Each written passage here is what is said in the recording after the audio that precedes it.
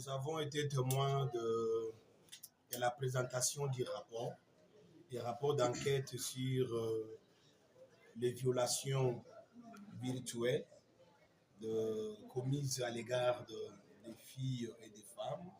Un rapport qui nous a été présenté par la cloche ASBL. D'abord, nous tenons à remercier la cloche et à l'encourager pour cette enquête et d'en faire vraiment autant. Votre question réside sur ce qui peut être fait pour réduire sensiblement les violences commises à l'égard des femmes et des jeunes. Je m'en vais vraiment à vous présenter les différentes recommandations que nous avons émises ensemble pour réduire ces violences. Premièrement, il faut que l'État congolais puisse punir les responsables de ces violations du droit des femmes et des filles. Il faut que l'État congolais puisse visualiser les codes sur le numérique, mais également les lois pénales. Il faut que l'État congolais soit vraiment à mesure à former les jeunes filles et les femmes sur la protection numérique, physique et la sécurité numérique. Mais enfin, il faut que l'État congolais puisse former les jeunes filles et les femmes sur la prise en charge personnelle, surtout en ce qui concerne les violences psychologiques et les troubles liés à ces violences. Pour les établissements scolaires, nous avons proposé à ce qu'il y ait renforcement en termes de capacité auprès des jeunes filles, auprès des élèves, garçons et filles, sur les outils liés à la nouvelle technologie de l'information et de la communication. Mais également, eux aussi peuvent vraiment vulgariser la loi sur le numérique, qui est une nouvelle matière au sein de l'État congolais. Mais aussi intégrer l'éducation aux médias et à l'information et le fact-checking dans le cursus scolaire. Il y a aussi un autre aspect, comme quatrième recommandation, celui de le monde 2025. Il y a un agenda sur ça qui doit quand même être fait au niveau des écoles. Et au niveau des plateformes numériques, pour qu'il y ait réduction des violences faites à la femme et aux femmes, il faut que les jeunes soient vraiment formés sur la cybercriminalité et les cybersécurités. Renforcement des capacités des jeunes filles et femmes sur l'initiation à la technique de vérification des faits.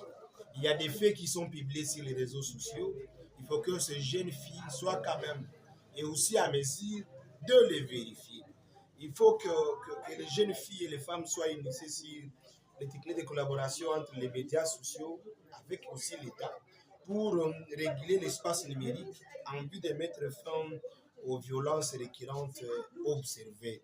Il y en a vraiment beaucoup. Et aux jeunes eux-mêmes, on ne saurait pas être seulement acteurs, mais on est aussi victime. Les jeunes doivent développer les bonnes pratiques. S'il y a quand même des faits pénaux observés, privilégions la paix, privilégions le dialogue, privilégions mais aussi privilégions les counseling. Les counseling entre nous jeunes, les counseling entre jeunes et vieux, les counseling entre autorités et jeunes. Cela quand même nous permettrait de réduire sensiblement les violences observées au sein de la communauté à travers les réseaux sociaux.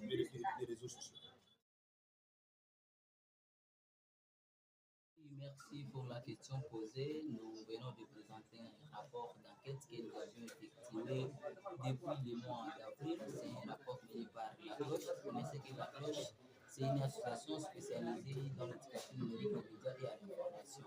Nous avions jugé bon de comprendre et connaître les degrés de violence dont les femmes subissent dans la ville de Vira.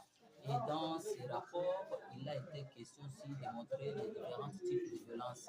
Nous avions énuméré certaines violences comme harcèlement répété, comme ce que nous disions cyber harcèlement, et aussi il y a des désinformations et des informations dont particulièrement les femmes et les filles subissent. C'était le résultat de notre enquête que nous venons de présenter aujourd'hui. Il y aurait un TED terme de référence sur l'étude en question. Par après, nous l'avions mis dans les documents qu'on appelle Google Collect.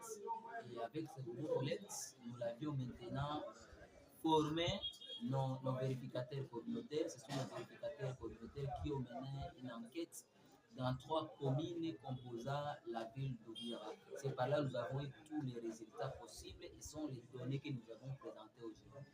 Parmi lesquelles c'est à peine 241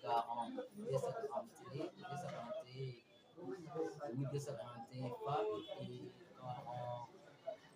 44 hommes qui étaient enquêtés dans ce rapport d'études qui parle sur les violences en ligne chez les jeunes filles et femmes. Les filles et femmes sont victimes de désinformation.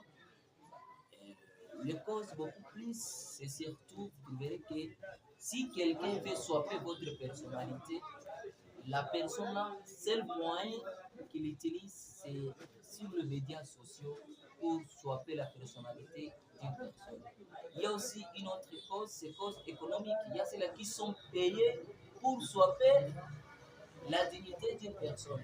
Mais il est là pour créer des contenus qui seraient là pour inciter, pour provoquer des insultes. Ça, ce sont des causes. Il y a aussi des causes politiques. Il y a des conglomérats de gens qui créent des contenus, qui créent des désinformations, qui créent des deepfakes, qui créent des violences pour se prévaloir. Et quand ils disent cela, on dirait que celui-ci est fort en création de contenu. Vous savez que les causes sont nombreuses. Nous ne pouvons pas tous élucider, mais espérons qu'on les paie. C'est ce qui a été énuméré dans ce rapport. Mais les enquêteurs ont montré qu'ils ne savent pas. Certains se posent même des questions parce que j'ai tombé amour avec telle autorité. Mais parce que je voyageais, le fait de publier mon parcours quelque part, ça fait à ce que les gens soient mon compte. Il y avait plusieurs causes qui ont été évoquées.